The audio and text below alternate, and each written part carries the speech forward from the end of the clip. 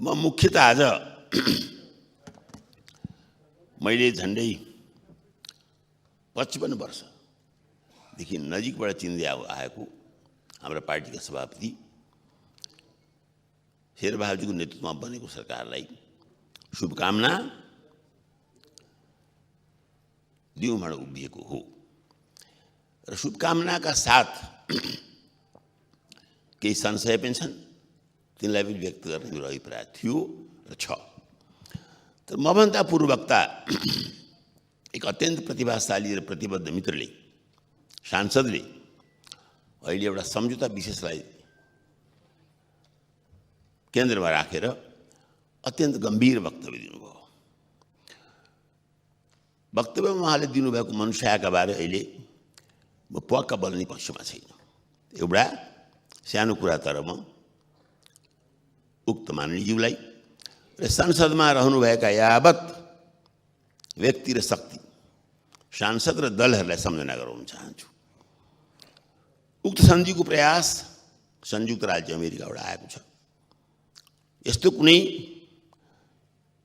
अर्को प्रस्ताव कुनै दिन हिन्दुस्तानबाट आउला अथवा आइसकेको होला, चीनबाट आउला अथवा आइसकेको होला। युरोप युनियन एउटा शक्तिका रूपमा अगाडि बढिरहेछ, त्यहाँ पनि आइसकेको होला। नेपाल एउटा सानो देश छ, भूगोलका हिसाबले सानो छैन, त्यता नजानु होला। भारत र चीनका छेउमा परेर हामी सानो देखिन्छौँ। विश्वका राष्ट्रहरूका तुलनामा आफूलाई हेर्नुको भने हामी मनकै ठुलो पनि छौँ। संसाधनले हामी रहित छौँ, गरिब छौँ, तर हामी दरिद्र छैनौँ। मानसिकता मात्रै गरिब छ। हामीसँग भएको अक्षय र अद्भुत र अमूल्य प्राकृतिक स्रोतहरू, हाम्रा नदी नालादेखि पर्वतराज हिमालयसम्मका जुन निहित संसाधन छन्, हामीले च्याउन पनि भएको छैनौँ। हामीलाई त विदेशी डलरको मात्रै भोग छ, खोजी छ। यो ठुलो सांस्कृतिक विषय छ, राजनीतिक विषय मात्र छैन। तर त्यता जाने समयले मलाई छैन। अहिले म के भन्न चाहन्छु भने भारत, चीन, संयुक्त राज्य अमेरिका, अर्को शक्तिका रूपमा आकाङ्क्षी अनेकानेक राष्ट्र, युरोप युनियनदेखि जापानसम्म, ती देशमा विदेश नीतिका सिलसिलामा यत्रो ज्यादा तथ्यहीन र उग्र मतभेद हुन्छ। सानो प्रश्न छ मेरो। चाहे अमेरिका हेर्नुहोस्, चाहे भारत हेर्नुहोस्, चाहे चीन हेर्नुहोस्, ठिक छ, बेठिक छ, उनीहरूको जे दृष्टिकोण छ, नेपालप्रति आफ्नो दृष्टिकोण छ। त्यो ठिक छ कि बेठिक छ भन्दिनँ, ज्यादा बेठिक नै होला। तर बेठिक किन छ भने हामी नेपालीले आज राजनीतिक दलको यत्रो दबदबामा, चकचकीमा, देशमा लोकतन्त्र होइन ज्यादातर दलतन्त्र चलिरहेको बेलामा, पछिल्लो सर्वोच्च अदालत अपवादको रूपमा आएको छ। यो दलतन्त्रका माझमा हाम्रा सरोकारवाला दलहरू किन साझा विदेश नीति बनाउन सक्दैनन्? पूर्ववक्ता माननीयले जस्तै सारगर्भित कुरा भन्नुभए पनि यो सम्झना राख्न आवश्यक छ, जबसम्म मुलुकका सरोकारवालाहरू, मुलुकका सबै दलहरू र साझा विदेश नीतिका प्रति प्रतिबद्ध हुँदैनन्, हामीहरूमध्ये प्रत्येकले एकअर्कालाई तल देखाएर, उँचा देखाएर मुखको तितो मात्रै पोख्छौँ। अहिले यस खास सन्धिका बारे म टिप्पणी गर्न चाहन्न। हामी आत्मनिर्भर बन्दाखेरि हामी विदेशी सहायता बिना पनि बन्न सक्छौँ। हामीले हाम्रा देशका संसाधनलाई माल पाएर चाल्न पाएको शैलीमा अगाडि बढाइरहेको छौँ। कोही अपवाद छैन, कुनै मन्त्री अपवाद छैनन्, कुनै प्रधानमन्त्री अपवाद छैनन्। उनीहरूले आफ्नो आत्माभित्र चियाएका छैनन्, मुलुकभित्र हेरेका छैनन्, बाहिर बाहिर बाहिर मात्र हेरेका छन्। लिने कुरोमा पनि दिने कुरोमा पनि। यो विषयका लागि उभिएको थिइनँ। तर बडो विचारोत्तेजक ढङ्गबाट जिम्मेदार नेकपा एमालेका मित्रले यो कुरा भन्नुभएपछि मलाई त्यो कुरा भन्न मन लाग्यो। र लामो समयदेखि बारम्बार विभिन्न मञ्चबाट भनिराखेको छु, पहिले हामी साझा दृष्टिकोण बनाऊँ, भारतका प्रति, चीनका प्रति, अमेरिकाका प्रति। अनि कुन सन्धि खारेज गर्ने, कुन नगर्ने, कुन नराख्ने गरौँला। यो राष्ट्रिय नीतिको प्रश्न हो सभामुख महोदय। म उभिएको मूल कारण के थियो भने प्रधानमन्त्री शेरबहादुरलाई शुभकामना र बधाई पनि दिन, सँगसँगै उहाँलाई सम्झना गराउन, सानो कुरा सम्झना गर्नु होला। दोस्रो जनआन्दोलनको उपलब्धि, दोस्रो आन्दोलनको जनादेशका बेलामा हाम्रा तत्कालीन पार्टी सभापति गिरिजाप्रसाद कोइराला प्रधानमन्त्री हुनुहुन्थ्यो। उहाँको नेतृत्वमा नै 64 को अन्तरिम संविधान बन्यो। त्यस अन्तरिम संविधानका वाहक परिचालक संवाहक को थिए त सबै त्यो अनुहार मोटामोटी रूपमा अहिलेको सरकारमा सामेल छन्। दीर्घकालीन सशस्त्र जनसङ्घर्ष थाल्नु भएर अन्ततः 12 बुँदे सम्झौतामा पुग्नुभएका नेकपा माओवादीका नेता सभामुख समेत त्यस्ता नेतृत्वमध्ये हुनुहुन्थ्यो। मधेस आन्दोलनका नाउँमा अन्तरिम संविधानलाई चुनौती दिने अर्का नेता एमाले पनि सहयात्री थियो। तर एमालेको त्यस समयको नेतृत्व र कदाचित अहिले पनि कार्यकर्ता पङ्क्तिमा टाउको गन्दा सांसदभन्दा बढी हैसियत राख्ने वर्तमान यस गठबन्धनका सहयोगी पूर्व प्रधानमन्त्री कमरेड माधव नेपाल सबै यहाँ छन् अहिले। र सँगसँगै दलको तानाशाहीभन्दा माथि उठेर विवेक प्रयोग गर्ने कतिपय स्वतन्त्र सांसद पनि। तर किन यो गठबन्धन किन? पञ्चायत कालमा चल्थ्यो मिलिजुली खान होइन भने यस गठबन्धनका प्रत्येक स्टेक होल्डरले प्रत्येक सहभागीले छातीमा हात राखेर सम्झिनु पर्यो गणतन्त्रको घोषणापछि अथवा संविधानको निर्माणपछि पनि बितेका वर्षहरूमा किन आम जनतालाई लागेन बल्ल हाम्रो पालो आएछ। लाखौँको रूपमा चप्पल लगाएर सडकमा उत्रिने नेपाली जनतालाई किन लागेन एहे अब त नयाँ नेपालको सुरुवात भएछ। यस मोर्चाका सबै सङ्गठकले खास गरी अध्यक्ष प्रचण्डले नेता बाबुराम भट्टराईले उपेन्द्र यादवले आदरणीय कमरेड माधव नेपालजीले सबैले सोच्नु पर्यो विगत 10 वर्ष कसरी गएछ त? यो सपनामा गयो के भएको थियो त? मैले यो व्यङ्गात्मक शैलीमा भनेको छैन, स्वप्नद्रष्टामध्ये म पनि हो। मुख्य कुरो के थियो माग? उर्दूमा एउटा राम्रो कविता छ पाकिस्तानको समस्यालाई लिएर त्यहाँका कवि फैज अहमद लेखेको, जुन बिहान होला भनेर हिँडेथ्यौँ हामी त्यो बिहान त्यो रहन्छ। अर्कै पो समय आएछ त। हिंदी के कवि ने बनाए छन् कहाँ तो वादा था चिराग हर घर के लिए लेकिन पूरे शहर को भी चिराग मैसर नहीं। बट आम जनता में जो असन्तोष आएको छ, नागरिक आन्दोलन फिर तात्तै हिँडेको छ, त्यसलाई बिर्सेर सर्वोच्च अदालतका विगतका 2 फैसलामा रमाउने काम नगर्नुहोस्। संघीय राज्यको नारा मधेसवादी पार्टीले उठाएको थियो, त्योभन्दा पहिले नेपाली कांग्रेस प्रजातान्त्रिकले प्रस्ताव गरिसकेको थियो। तर आज पनि संघीय राज्य कागजमा सीमित छ। सम्झना गराउन चाहन्छु सरकार जसको बनोस्, कोभिडको प्रतिकारमा स्थानीय सरकारले प्रशस्त काम गरेको छ। स्थानीय सरकारलाई कसरी शक्तिशाली बनाउनुहुन्छ यस विराट मोर्चाले सफल गरोस्। ठीक त्यस्तै अहिले पनि संघीय राज्यलाई चाहिने खालको निजामती ऐन प्रहरी ऐन बनेको छैन, यो सरकारले त्यो काम गरोस्। कोभिडका बारेमा खोप प्रधानमन्त्री भनिसक्नुभयो, त्यसको लागि उहाँलाई धन्यवाद छ। तर साथीहरूमा जुन एक प्रकारको असन्तोष निराशा सत्ताधारी पंक्तिमा आइरहेछ त्यसमा उहाँले ध्यान दिनुपर्छ। यो अवश्य हो कि वर्षौंदेखि बिग्रिएको व्यथिति एकै दिनमा केही गर्न सकिँदैन। त्यस्तै हामीले प्रधानमन्त्री वा सरकारको बारे फैसला गर्दा 100 दिनलाई हनीमुन भन्छन्, त्यसलाई पनि ध्यान दिनुपर्छ होला। मुख्य कुरो हाम्रो लक्ष्य के हो, हाम्रो मन्जिल के हो? मुख्य लक्ष्य र मन्जिल भने के छ भने हामीले बडो सकस गरेर बडो प्रयास गरेर यस संविधानलाई जोगाएका छौं।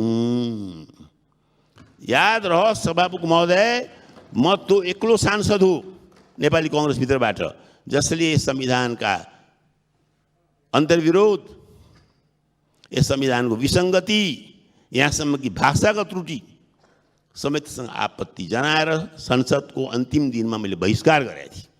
मेरो हस्ताक्षर छैन संविधानमा। तर हाम्रो पार्टीभित्र अन्यमनस्क हुँदाहुँदै पनि यो संविधान बहाली हुनुपर्छ, संसद बहाली हुनुपर्छ भनेर कदाचित अत्यन्त ज्यादा तर गर्नेहरूमध्ये हामी के साथीहरू छौँ। किन त्यसो गर्नु पर्यो? मलाई लाग्यो संविधानमा जे त्रुटि भए पनि संसद सार्वभौम संसद स्थापना भइसकेपछि सार्वभौम संसदका माध्यमबाटै मधेसको, जनजातिको, दलितको, महिलाको, अन्य सीमान्तरिक समूहको समाधान गर्नुपर्छ। समाधान गर्नै पर्छ, संसदबाटै गर्नुपर्छ, यस संविधानका माध्यमबाटै गर्नुपर्छ। त्यसैले प्रधानमन्त्रीको एकातिर दिनानुदिनका समस्या छन्। उदाहरणका लागि खोपको कुरा आयो, हो खोप्दै नै आवश्यकता हो। त्यति मात्र होइन, त्यतिकै महत्त्वपूर्ण कुरा त सुशासन।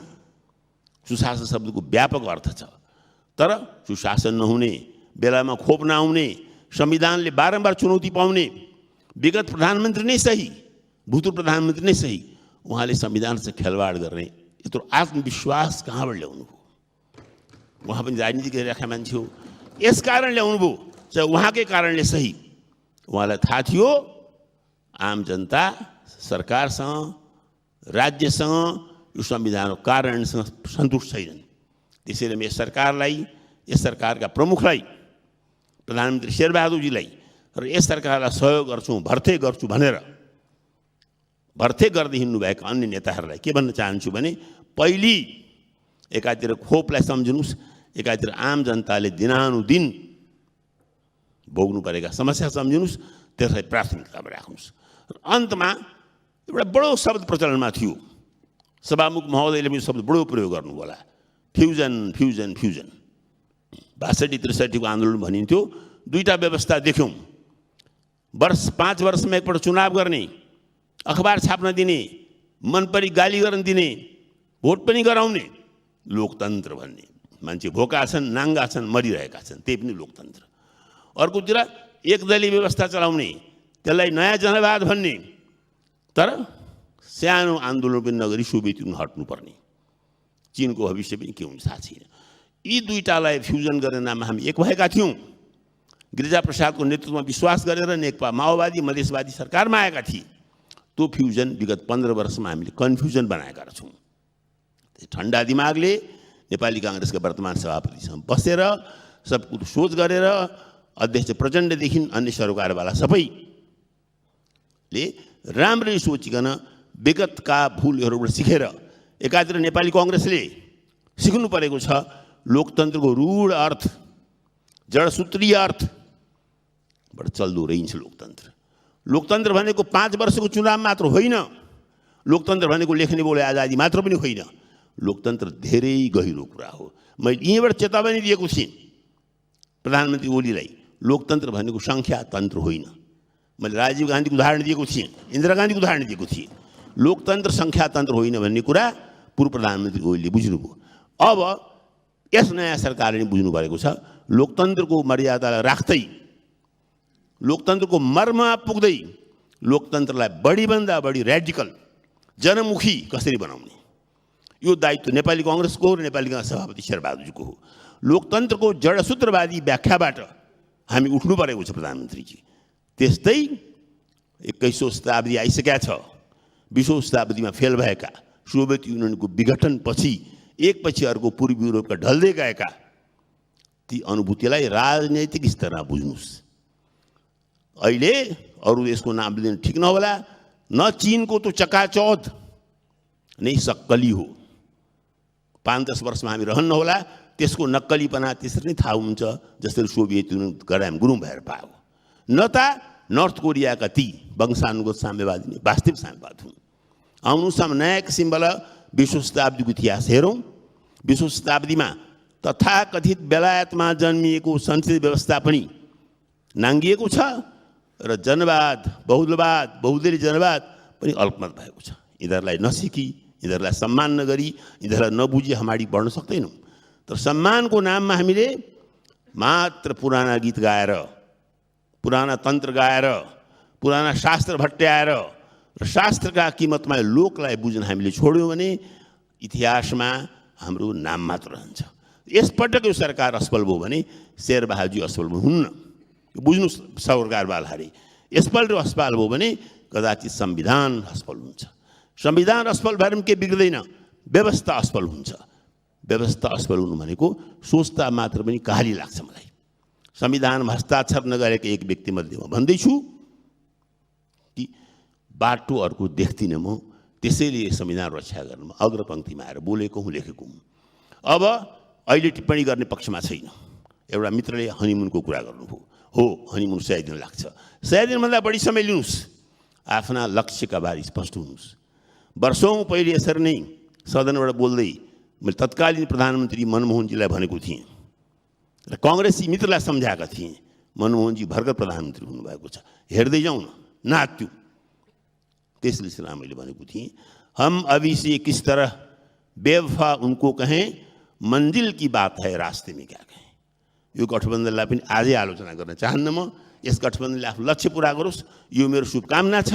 यसका लागि खास गरी शेरबहादुरजीले आफ्ना नेतासँग शिक्षा लिएर, गिरिजाप्रसाद उदाहरण लिएर, गिरिजाप्रसादले जसरी जाँदा जाँदै जङ्गलमा रहेका हिंसावादीलाई मूलधारामा ल्याउनु भयो, प्रतिपक्षको नेता भएर पनि यस संविधान अन्तर्गत प्रधानमन्त्री रहेर पनि संविधानको मर्म नबुझ्नुभएका पूर्व प्रधानमन्त्री, संविधानको संरक्षक भएर रहनुभएका पूर्ण राष्ट्रपतिलाई पनि हामीले कसरी बढीभन्दा बढी संविधानवादको शिक्षा दिने, यो हाम्रो सबभन्दा ठुलो लक्ष्य हो।